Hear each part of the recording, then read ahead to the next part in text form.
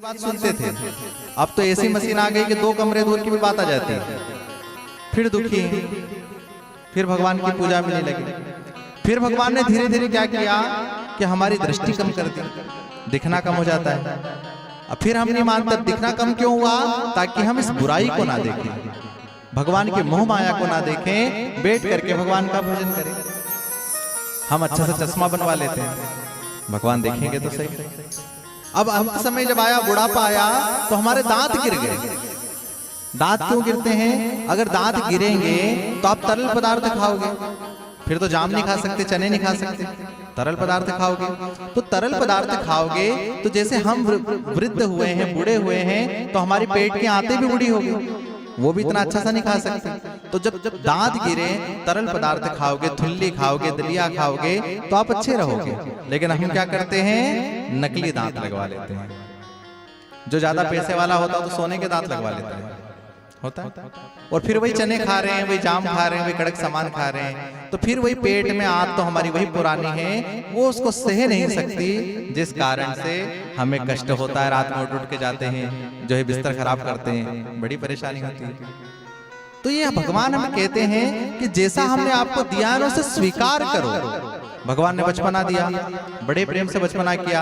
आज छोटे से बालक को आप कितने अच्छे कपड़े पहना दो, फिर भी वो नाली में जाके लोट लगाएगा, धूल में खेलेगा, मस्ती में खेलेगा, उसे उन कपड़ों से कोई मतलब नहीं, कितने अच्छे पहना दो। तो बचपन हमने स्वीकार किया, फिर थोड़ा हमारी जैसे युवावस्था आई, युवावस्था को हम स्वीकार नहीं करते। कहते हैं कि हमारी युवावस्था मेहनत करने के लिए है, कर्म करने के लिए, धर्म करने के लिए है, परंतु हम पड़े रहते, आलसी, 4 घंटे काम करा, 12-12 घंटे सोते हैं। हम भी सोते हैं, क्योंकि ये भगवान की माया है। तो ये स्थिति होता है कि आज उस जवानी को हम व्यर्थ ही कहीं न कहीं गवा देते हैं। अब किसी से अगर हम कहें कि भगवान की आप पूजा क्या करो, तो क्या कहें, महाराज जी अभी कहीं जल्दी है, अभी तो बहुत उम्र पड़ी है, बुढ़ापे में करेंगे। किसी से कहो भैया तीर्थ जाओ, महाराज जी भी क्या जल्दी बुढ़ापे में जाएंगे। अरे भैया बुढ़ापे में हाथ पांव काम दे नहीं दे, व्यवस्था बने नहीं बने, पैसे हो नहीं हो, आज भी आपके पास यौवन है, मेहनत कर सकते हो, प्रयास कर सकते हो, तो जाकर के भगवान के धाम जाओ, तीर्थ जाओ, भगवान का दर्शन करो।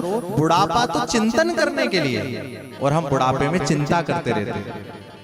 माने जीवन में इतने अच्छे अच्छे काम कर जाओ ताकि बुढ़ापे में बैठकर चिंतन हो कि भगवान जब मेरा समय था ना, मैंने बहुत अच्छे काम किए, गांव जिमाया, कथा में आकर के सहयोग किया, कन्याओं को जिमाया है, गरीबों की सहायता करी, अच्छे अच्छे काम किए हैं। अब हम कहते हैं कि भाई बुढ़ापे में पूजा करेंगे। अरे बुढ़ापे में तो अपने घर वाले ही अपने को स्वीकार नहीं करते। बुढ़ापे है, बुढ़िया बहुत बोलती रहती है, इसको बाहर खाट कर दो, मत सुनो, बच्चे ही नहीं सुनते, होता है। तो जब अपने हमें स्वीकार नहीं कर रहे तो भगवान क्यों स्वीकार करेंगे? तो भगवान जब आपको स्वीकार करेंगे, जब जीवन भर भगवान के डोर को, भगवान के हाथ को आपने पकड़ रखा है, तो ही भगवान आपको स्वीकार करेंगे।